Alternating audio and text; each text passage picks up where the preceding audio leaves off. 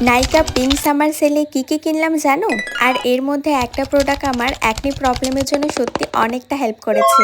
তাই আজ তোমাদেরকে দেখাবো আমার রিসেন্ট শপিং হল। ফার্স্টেই ছিল আমার ফেভারিট গ্ল্যামার ওয়ার্ল্ডের গ্লো ভিটামিন সি সিরাম। এটা আমি স্পেশালি আমার অ্যাকনি প্রবলেমের জন্য ইউজ করি। আর এটা স্কিনে হেলদি গ্লো আনতেও হেল্প করে। তারপর বড় বক্সটা ওপেন করতে প্রথমে পেলাম গ্লো সাইন সলিউশন। এটা আমি মোস্টলি ফেস প্যাক বানানোর জন্য ইউজ করি। এরপর ছিল নিউট্রোজেনা হাইড্রা বুস্ট সানস্ক্রিন SPF 50। এই সানস্ক্রিনটা খুবই লাইট ওয়েট আর স্কিনে লাগানোর সাথে সাথে অ্যাবজর্ব হয়ে যায়। এরপর ছিল মার্স কসমেটিকের ম্যাট লিপস্টিক আর লিপ লাইনার। এটা আমি ফার্স্ট টাইম ট্রাই করব।